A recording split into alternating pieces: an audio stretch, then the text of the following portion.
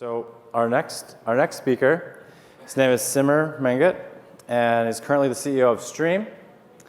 He graduated from Stanford with a degree in computer science and a specialization in biocomputation and AI.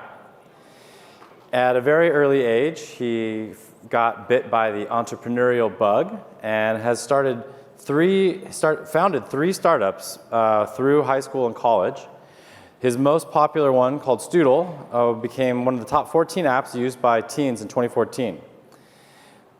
He has a deep background in, he was also the president of the class for both freshman and sophomore year and published a gratitude journal. He is also a big lover of tennis. So just a little fun fact. So if you want something else to talk to him afterwards, tennis is the way into his heart. So please welcome Simar to the stage. Nice.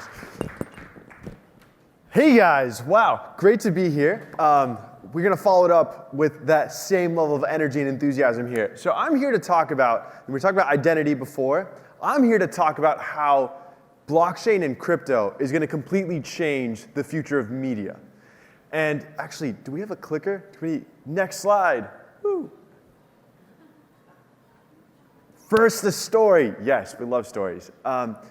So, how many of you guys watch YouTube? Quick show of hands. How many of you guys have heard of Twitch? Yeah. How many of you guys know friends that are actual content creators on any of these platforms? For those of you that have friends that are content creators, you can take my word for it, you can take their word for it. It's hard being a content creator. Perfect, we've got a clicker. It's hard being a content creator. So I just graduated Stanford last year, and some of my own personal friends actually ended up becoming content creators, going onto YouTube, right, and getting millions and millions of views, only to have their content demonetized in the past 6 months, and go from being able to make a living off of YouTube and Twitch to now not having anything and being very uncertain as to what they can do. And if you actually think about how the ecosystem right now, especially if you take any sort of media channel, whether it be video content, whether it be news, whether it be music, what you often have is this chain of media value, right? You have the creators on one end, right, that are putting their heart and soul into this content. You have the aggregators and the distributors. In many cases, right, oftentimes this ends up being the same party, what we like to call as the middleman. And you have the consumption, right? The consumption done by the actual end user, by the person that's viewing this content. And the reason why blockchain and crypto is so unique in particular is that we can now start thinking about how to disrupt the aggregation and distribution in particular. Where middlemen once stood, we can use technology and decentralized IP to replace these institutions that have existed in the past and exacted an actual, basically an effective tax on the system as value flows from creator to consumer. So specifically, and we're kind of focused on the video distribution space, right? If we take two examples in particular, you've got YouTube and Twitch. And one thing that most people never realize is these platforms, so take YouTube for example, can take anywhere from 45 to 50% of everything a creator makes. It's huge. And if you actually look, and I'm sure many of you can probably attest to this, if you actually look at a number of video distribution platforms in Asia as well, we see massive cuts being taken there as well, where creators actually have very little power, and same do viewers. You're seeing upwards of 70, 80, sometimes even 90% of all the value in this economy being extracted by the middleman. In addition, I think another huge problem that comes about this is this idea of platform lock-in, right? And in particular, if you take any creator, their viewer base, their content usually lives on one, maybe two platforms. For those of you that knew about Vine when it existed, when Vine died, these creators lost their audience and had to create it in many ways from scratch on a brand new platform. So what you start to see is the reason why a lot of these content distribution platforms can exert this power is because they've siloed off the data. They've privatized the social network, the IP, the discovery engine, all the IP that's necessary to actually make the content supply chain work and be functional.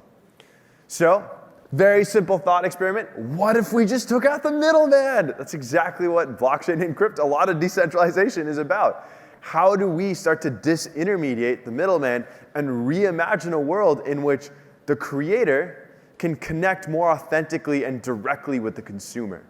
And in particular, if we actually think about what this means for how we can start to think about video content, we start to look at things like paid content. How can content be consumed in new ways that could previously never be consumed? In particular, just a few things to bring out. Micropayments for content. You can start to build new paradigms in which somebody doesn't have to subscribe for months at a time to access a huge breadth of content.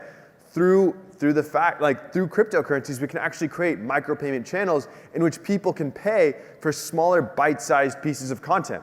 In addition, you can have a whole new world, an ecosystem developed where advertisers don't need to actually go through the middleman to reach the creators and the viewers. You can build an entirely robust ecosystem in which more power is lying with the creators and the viewers, and you create, as a result, new paradigms around actual monetization of content.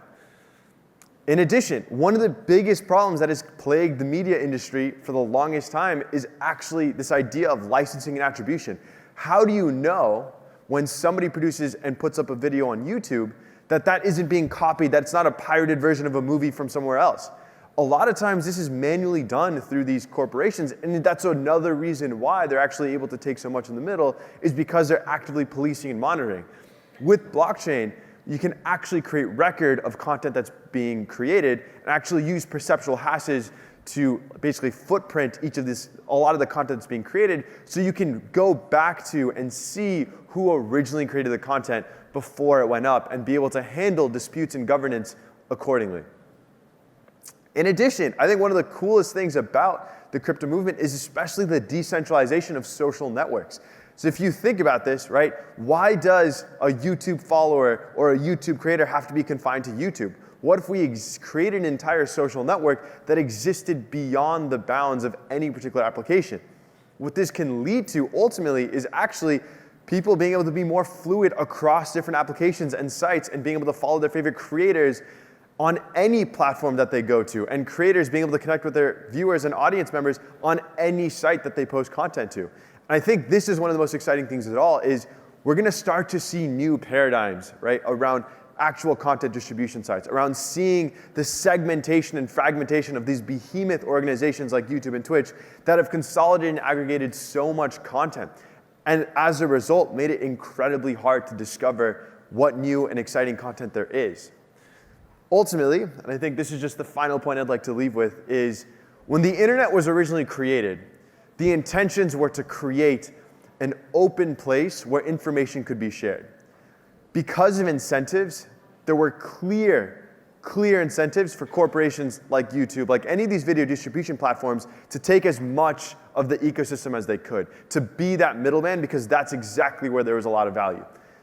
With blockchain and crypto, we can entirely change the incentives and return and fulfill the original intentions of the internet, which was to democratize access to information and access to content. And this is going to be a game changer for media.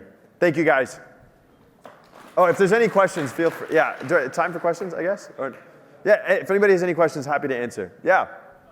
With the current technology right now, how is it possible to store content on blockchain? Yeah, so we're actually starting to see a lot of really interesting approaches. So are you familiar with Steam, for example? Yeah. So Steam is an example of one kind of blockchain in which you can post content to it. There's a lot of really interesting, right, and like a lot of interesting ways of creating content directories on top of Ethereum, on top of a lot of different other blockchains. There are plenty of solutions evolving. Steam is probably the most well-known. We are, for example, building solutions of our own that we haven't released yet, but there's a lot of innovation that's happening in this space. Yeah. How do you control certain content not being published on your platform? Yeah, how do we control, or in general, how do you control? How do you control specific? Yeah.